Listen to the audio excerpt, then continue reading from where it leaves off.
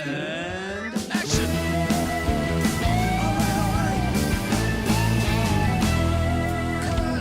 It's a wrap. If you were to give advice or tips to whoever wants to become a producer, what would you then say? So I do a lot of mentoring, and I talk to a lot of drama schools that do amazing producing. And I have a joke, which is that there's only 4 things that you need to be a producer, other than blanky common sense. One is that you need to know how to use an Excel spreadsheet. 2 is that you need to be nice to people and treat people with respect. 3 is that you need to have some sense of zeitgeist and what's going on in the world and taste and what people want. And the 4th one is you need to know rich people. And everything else is common sense. Now, of course, it helps if you know what industry practice spreadsheets look like and how to do the formula and what the basic hard cost of X, Y, Z is. You know, all those things that you can learn. But those are the 4 things I think are tricky to learn. And it is common sense. I think you've got to have balls. I think you've got to be tenacious.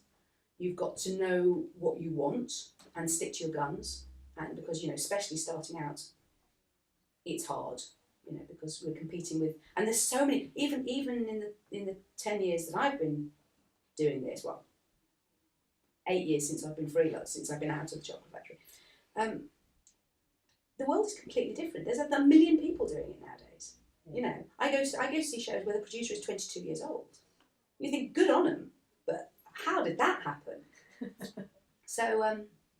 So yeah, I think just be tenacious and believe in your own ability, because no one's going to give you an opportunity. You know, yes, of course, practically you can do the stage 1 course and go and get a placement at Playful for 6 months. Of course you can, and that's a brilliant way into the industry. But I know a lot of people who have said to me, you know, how do you become a producer? And I say, by producing. By doing it.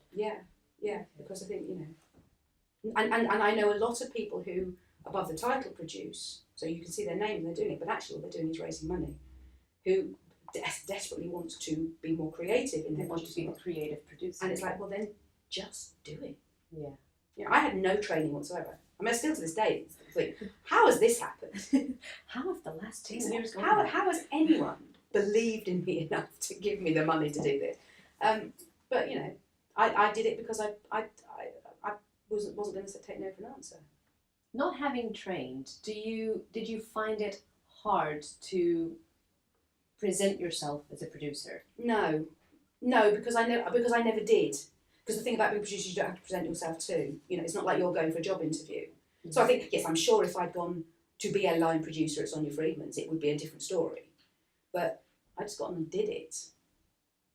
So, yeah, I mean, I had a couple of directors who wanted to work with me, and you know, it was really, you do one and then one was good, and so you do the second, and suddenly you're 5 shows in, and then you're 6 shows in and you've lost a lot of money, and then you go back to the beginning and start again.